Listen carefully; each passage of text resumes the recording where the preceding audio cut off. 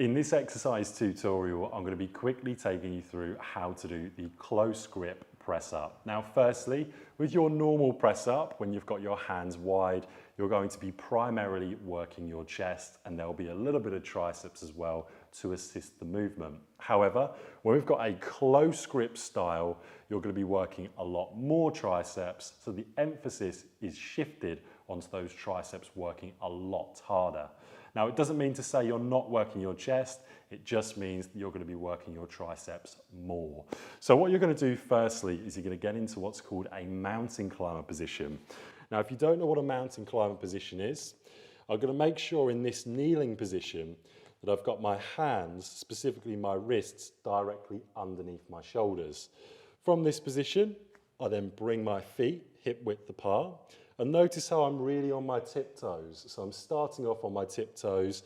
I want to make sure as I come down, my whole body comes in one block down. So I don't want my hips to come down first or my chest. Everything's going to come down at the same time. I'm going to keep my elbows into my body and push directly up.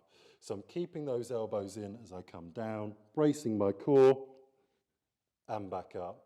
Chest comes all the way to the floor. And again, make sure that as you're doing your repetitions, you don't start to sag back, or alternatively, you don't start to bring chest or hips down first. They come down together in one block. You should be touching your hips down and your chest at the same time before firing back up. You'd repeat that for your desired amount of sets and repetitions, and that is how to do a close grip press up.